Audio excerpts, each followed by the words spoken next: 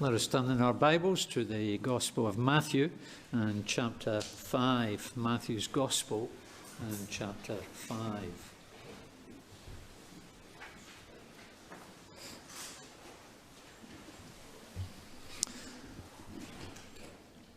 As I said in my introduction to the Sermon on the Mount a few weeks ago, and I'll repeat it because it's vitally important to remember this, what we have in chapters 5 to 7 of Matthew's Gospel is probably the greatest sermon ever preached, and it was preached by a man who was undoubtedly the greatest preacher in the history of our world. And what that means is that in addition to learning from the content of Jesus' sermon, we can also learn from the way Jesus preached his sermon. That is why Stuart Olliott wrote a book some years ago with the title Ministering Like the Master. It's a book which analyses the preaching of Jesus as recorded in the Gospels, with chapter 1 of the book being based on the Sermon on the Mount. And one of the lessons that Mr. Olliott draws from the preaching of Jesus in the Sermon on the Mount is our use of illustrations. And that shouldn't really surprise us, because one of the things that strikes you about this sermon is that it is a sermon which has plenty of illustrations in it. And when you look at the illustrations that Jesus uses, you discover that he takes them from everyday life.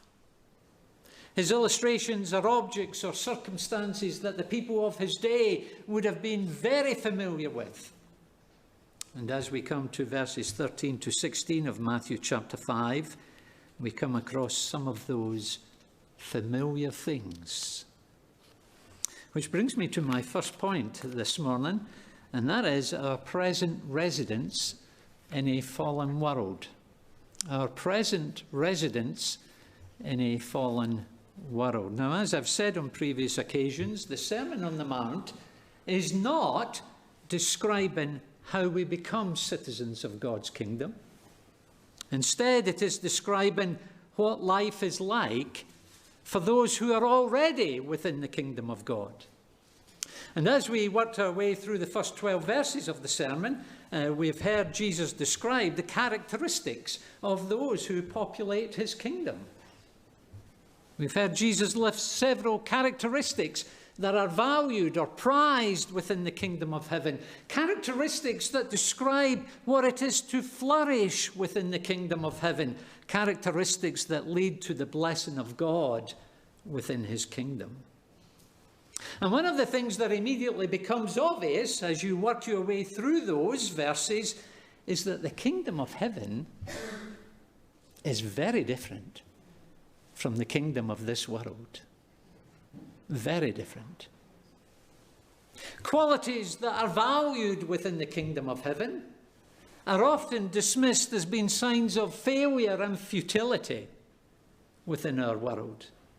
Characteristics that are blessed within the kingdom of heaven are often considered to be a demonstration of utter weakness within our world. That's how big the difference is between the kingdom of heaven and the kingdom of this world. And yet, what we must never forget is that as citizens of God's kingdom, we continue to live in this fallen and broken world. Contrary to what we might have wanted to hear from the lips of Jesus, his prayer to the Father in John chapter 17 and verse 15 was this. He said, "My prayer is not that you take them out of the world." Oh, if only he had said differently. It would have been so much easier. But he didn't. "My prayer is not that you take them out of the world." Verse 18, "As you sent me into the world, I have sent them into the world." And consequently, the Sermon on the Mount is describing kingdom life while we live in a fallen world. And as Jesus made clear in verses 10 to 12, one of the consequences of being a citizen of God's kingdom while living in a fallen world is that it can sometimes mean opposition and even persecution. Kingdom characteristics are described in verses 3 to 10 are so at odds with what this world values, and it's so at odds with how this world ticks, that the world can sometimes resent the inhabitants of God's kingdom and react against us. And yet, however challenging it can be at times, this world, for the time being at least, this world is the place where God asks us to live out the life of his kingdom. And we must never forget that. I say we must not forget that because down throughout history, there has always been the temptation for Christians to try and work it out differently. There has always been the temptation for Christians to withdraw from the world and to retreat into safer and holier environments where we think life will be so much easier.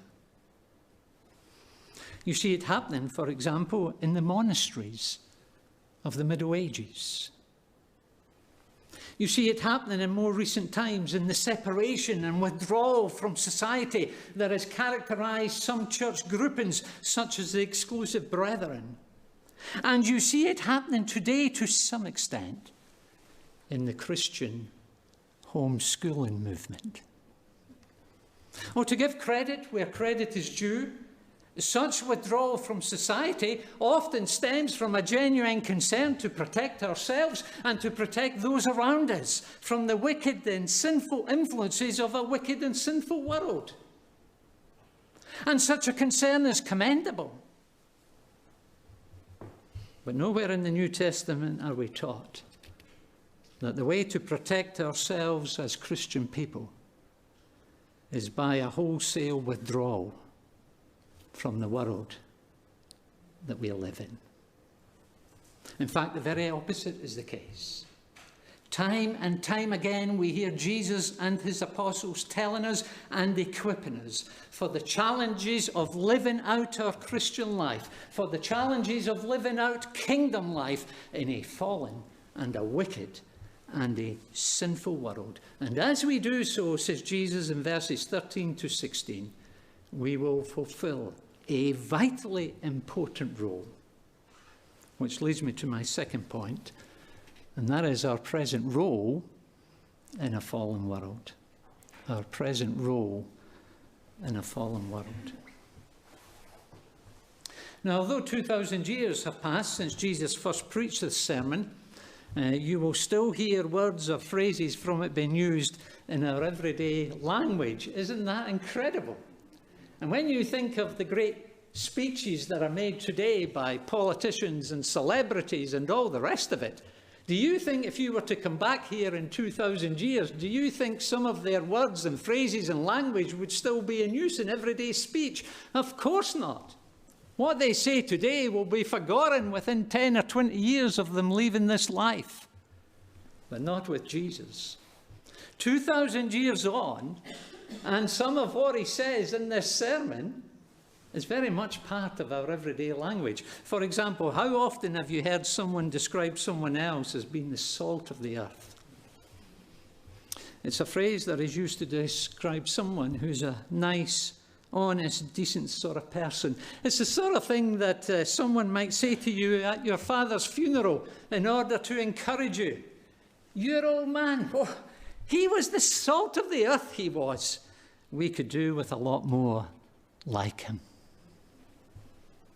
And if you want to know where that phrase originates from, well, it's here in Matthew 5, verse 13, where Jesus says, "You are the salt of the earth."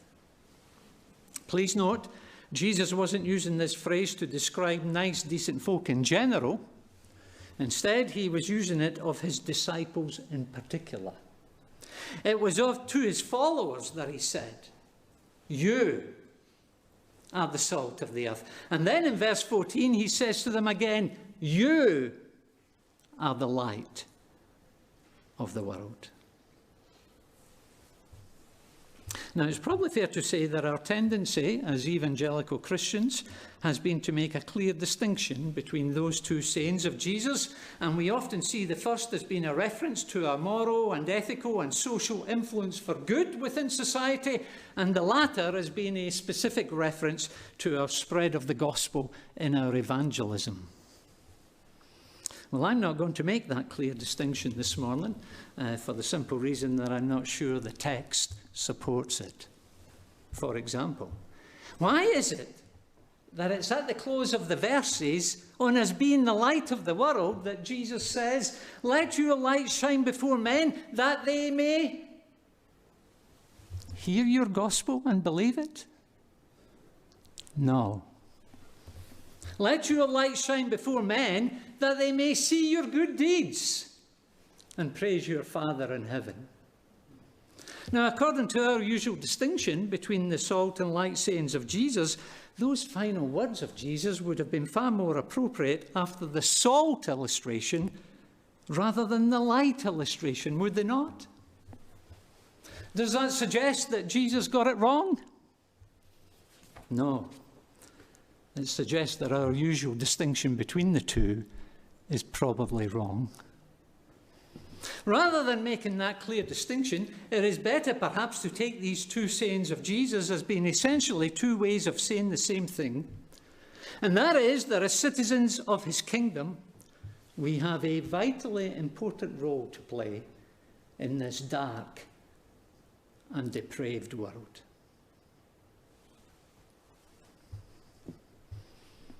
Why do I call it a dark and depraved world? Well, the Bible portrays our world as being a world that is living in rebellion towards the God who created us. And having rejected the authority of its creator, our world is far from what it should be in terms of its religion, in terms of its moral behaviour, and in terms of its ethical standards. To put it mildly, the rot has well and truly set in. As Paul says in Romans chapter 2, there is a world which is storing up wrath against itself for the day of God's wrath, when his righteous judgment will be revealed. And if you're not a Christian this morning, if you're not already a citizen of God's kingdom this morning, then that is the world to which you belong. That is the kingdom to which you belong. And it is a kingdom that is heading for destruction. And that is why the best thing you could do this morning, and that is why the wisest thing you could do this morning, is to turn from your rebellion against the God who created you and trust in Jesus, God's King, the King that God himself has provided, because in doing so, you will be liberated from this dark and depraved kingdom. And you will become a citizen of God's kingdom. A kingdom which, in sharp contrast to the kingdoms of this world, provides its people with lasting and eternal security. Wouldn't you much rather be a citizen of that kingdom this morning, rather than the kingdom of this world that is dark and depraved and doomed to destruction?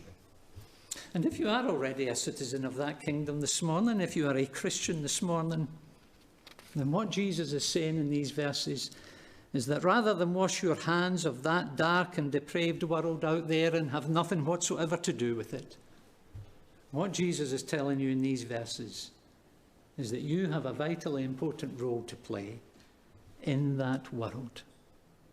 You are the salt of the earth. You are the light of the world. If you visit a traditional fish and chip shop, I presume there's still some of them around, is there? If you visit one of them, you'll discover that as they're about to wrap up your fish supper, they will say to you, Salt and vinegar. And that is because salt is primarily used today for flavouring, whereas in Jesus' day it was primarily used as a preservative. Before the days of fridge freezers, meat and fish and vegetables were treated with salt to prevent them from decaying and becoming rotten. And that, says Jesus, is a role which his followers have within this dark and depraved world. Just as salt delays the decay and just as light dispels the darkness, so we, as followers of Jesus Christ, have a vitally important role to play in this dark and depraved world. And it is a role, says Jesus, which we fulfill by doing what?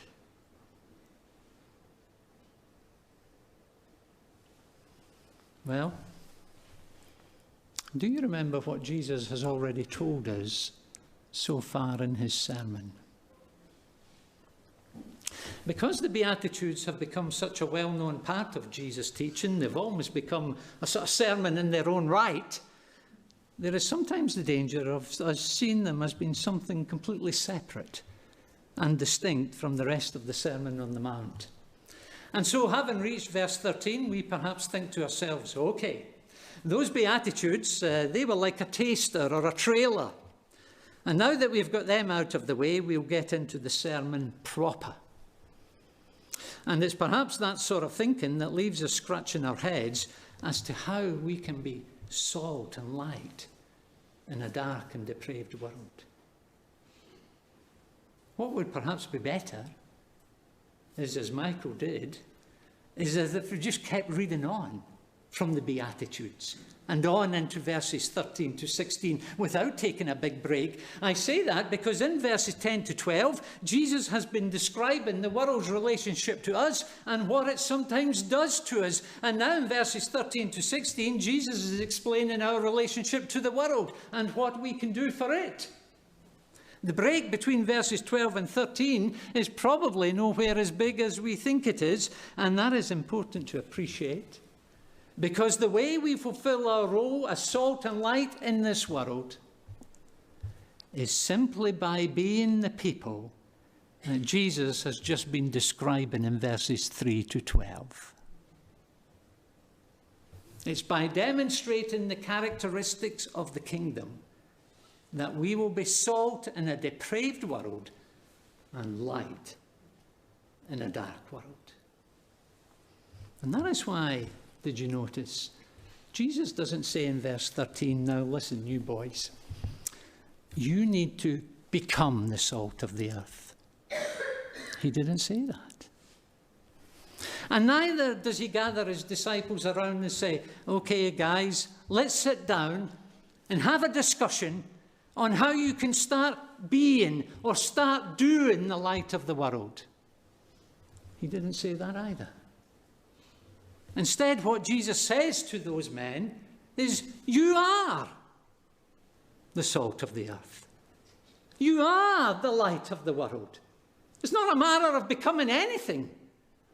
It's a matter of being what God intends you to be. By being the people he's just described in verses 3 to 10, we are the salt and light that alleviates both the darkness and the decay of this wicked world. For example, by being the meek, merciful, peacemaking people of verses 5, 7 and 9,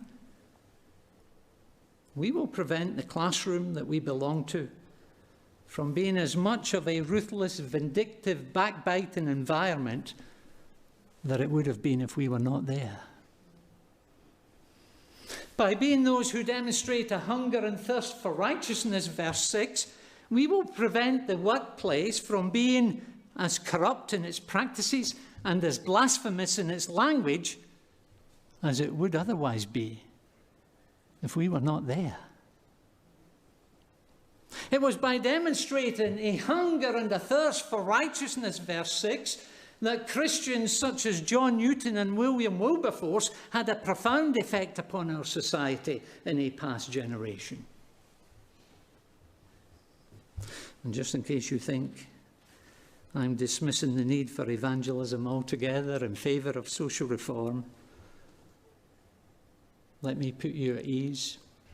And let me remind you that one of the ways in which citizens of God's kingdom fulfill their God-given role as peacemakers is by telling the people of this divisive and divided, war-torn world about Jesus, the Prince of Peace, the one and the only one who can bring us into a state of true and lasting peace with our Maker.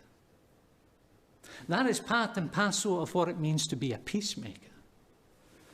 And therefore, that is part and parcel of what it means to demonstrate the characteristics of the kingdom. And it is by being kingdom people who demonstrate kingdom characteristics, please note, not just the one or two that appeal to us, but all of them.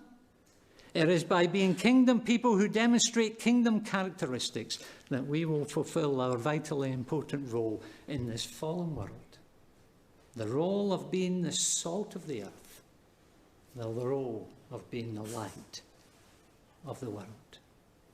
And if there is a distinction to be made between the two metaphors, it's perhaps a distinction that one, i.e. the salt, is preventative in its influence, while the other, the light, is positive in its influence. But please note, even if there is that distinction to be made, it's the same thing that is both preventative and positive, and that is our demonstration of kingdom characteristics in a fallen world. Well, as we discovered in verses 10 to 12, the world's reaction to us demonstrating such characteristics can and will be at times hostile. But now that we've reached verse 16, we hear Jesus speak about another reaction which the world may have on occasions. They may see your good deeds and praise your Father in heaven. And so in addition to benefiting the world we live in, our role as salt and light brings glory to God. That is our present role in a dark and depraved and fallen world. Thirdly and finally, we see our present responsibility in a fallen world. Our present responsibility in a fallen world. Now, although Jesus doesn't tell his followers to become salt and light in this world, he does go on to show that we have certain responsibilities as those who are salt and light in this world. For example, concerning our role as salt, he says this in verse 13. He says, "But if the salt loses its saltiness, how can it be made salty again? It is no longer good for anything except to be thrown out and trampled by men." This is in first century times, before the days of food recycling and all that sort of stuff, where you put stuff in your little green box and your blue box and all that sort of thing. And if somebody found that the salt in the kitchen was no longer of any value and no longer of any use, they just opened the front door and out it went onto the street, and needless to say, the passers-by would just walk over it. Now, although salt is a very stable substance and can never cease to be salt as such, it can lose its effectiveness if it is contaminated by other substances. And that is why the salt that is put on the roads in the winter is not the same salt that you put on your fish and chips, or at least I hope it's not. It's not because the salt in the road is not real salt. It is. But it's because that salt is mixed in with sand or gravel, and although that mixture is ideal for salting or gritting the roads, the contamination of the salt and the gravel renders it unsuitable and effective for flavouring your chips. To be effective in flavouring your chips or preserving your meat, for that matter, the salt must be free from such contaminants. And the point that Jesus is making in verse 13 is that if we are going to be effective in being the salt of the earth, then we must do all that we can to ensure that our lives are kept free from the contamination of the dark and decaying world that we live in and that we are seeking to be a light in. As I said earlier, The ethos and the characteristics of God's kingdom, as described in verses 3 to 10, are very different from the ethos and characteristics of this world. And therefore, the more we demonstrate kingdom characteristics, the more we will be different and distinct from the people around us. And the point that Jesus is making in verse 13 is that it's then, when the salt is at its purest, it's then, when the difference and the distinction is at its greatest, it's then that we will be most effective in being the salt of the earth. And yet, for some strange reason, those of us who are Christians, we sometimes think it's the other way around. We often come to the conclusion that if we are going to be effective in this world, then we'll need to become like the world. But according to Jesus, it's the other way around. To be effective as the salt of the earth, we'll need to maintain our purity as salt. We'll need to be different and distinct from the people around us. Now, I know that Christians over the years have sometimes sought to stand out from the world in ways that have accomplished nothing other than make us look a really odd bunch. That is not the sort of difference from the world I'm talking about. And that is certainly not the sort of difference or distinction that Jesus is talking about. Jesus is talking about our difference and our distinctiveness on Christian characteristics as described in verses 3 to 10. And I'm sure we've all known occasions when we've consciously or unconsciously become too much like the world in those respects. For example, rather than demonstrating a consistent hunger and thirst for righteousness in the workplace, we have compromised and we have adopted the corruption of the workplace. After all, we say, we don't want to stand out from our colleagues too much if we are hoping to reach them, do we? And so we try and become a little bit more like them. When in actual fact what has happened is that we've allowed our lives to be contaminated with the ethos and values and characteristics of this world. And in doing so, we are in danger of losing our distinctiveness. We are in danger of losing our saltiness. And therefore, we are in danger of losing our effectiveness as the salt of the earth. Just as the purer the salt, the greater its effectiveness in preserving the meat, so the purer our lives in terms of Christian characteristics, the greater our effectiveness as being the salt of the earth. As Dr. Lloyd Jones said, listen to this. It is when the church is absolutely different from the world that she invariably attracts it. It is then, says Lloyd Jones, that the world is made to listen to her message. That is our responsibility as those who are the salt of the earth, the responsibility of maintaining our saltiness. And just as we have responsibilities in relation to being the salt of the earth, so we have responsibilities in relation to being the light of the world. And we hear about them in verses 14 to 16. A city on a hill cannot be hidden. Neither do people light a lamp and put it under a bowl. Instead, they put it on its stand, and it gives light to everyone in the house. Now that autumn is rapidly setting in, you may be thinking of a little holiday, and like many holidaymakers in the UK, you might plan to head south in search of better weather, especially today. Well, did you know that some people actually go north in search of something else, especially during the winter months? And that is, they go north in search of the aurora borealis, or the Northern Lights, as it's more commonly called. And the reason you have to head north into rural northern Scotland, don't listen to the tourist companies. You don't need to go to Norway or Lapland or anything like that. You just need to go to rural northern Scotland. But the reason you need to go away up there if you're going to see them is because there's far too much light pollution elsewhere in the UK.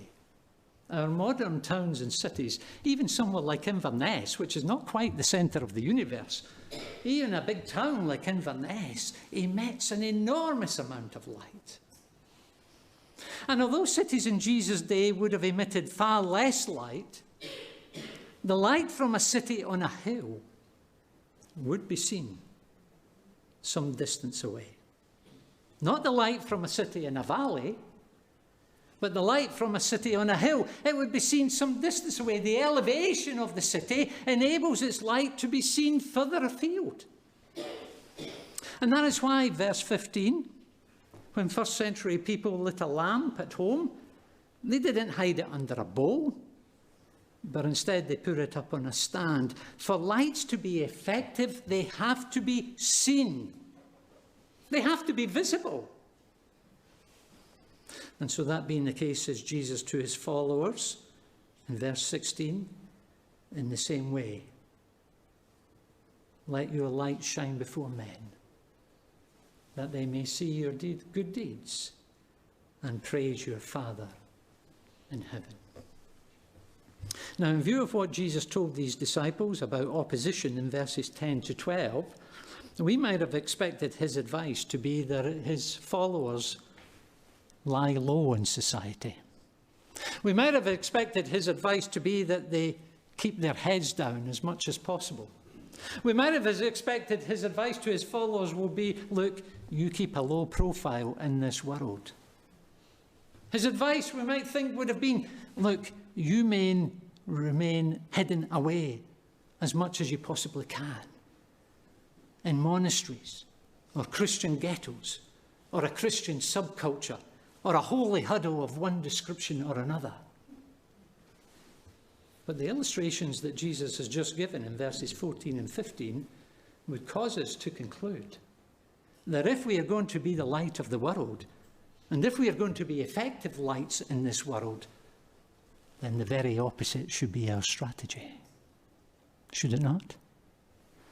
Rather than hiding our light away under a bowl, we should be letting it shine as clearly and widely and visibly as possible within our families, amongst our friends, in the workplace, at every level of society.